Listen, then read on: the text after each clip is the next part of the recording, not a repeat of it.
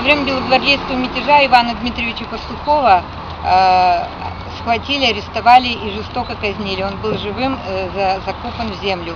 Только через 12 лет узнали историю гибели первого руководителя Ижевска. И было принято решение увековечить его память.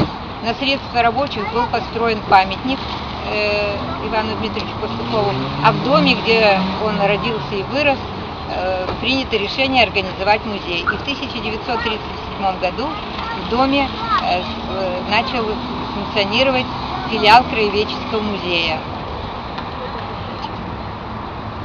В 1949 году постановлением Совета министров Удмуртии дом-музей был включен в список объектов культурного наследия.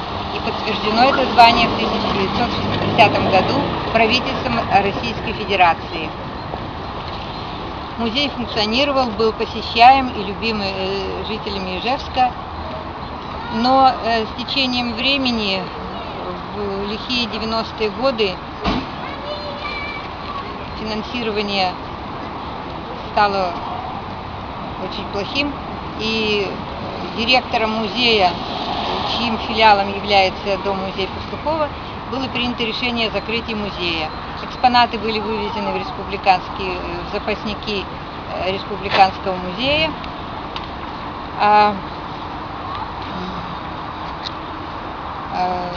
Там нельзя говорить, что арендаторы.